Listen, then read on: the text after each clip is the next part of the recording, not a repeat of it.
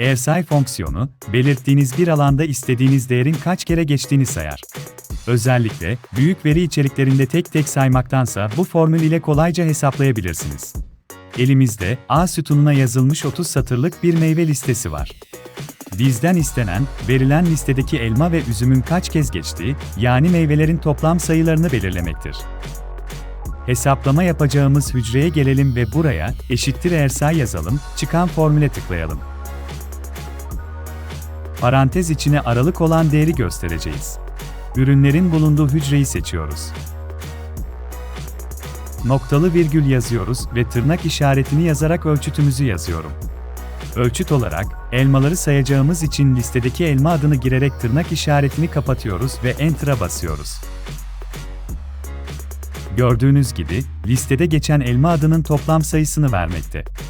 Veri içeriğinizde değişiklikler oldukça, dinamik olarak sayı da güncellenecektir. Aynı formülü, ölçüt bölümünü değiştirerek diğer veri içinde kullanabilirsiniz. Excel'de tekrar eden verileri bulmak, analiz etmek ve hızlı rapor almak için AirSay fonksiyonu büyük bir zaman kazandırır. Bu tarz Excel tüyoları için kanalımızı takip edin.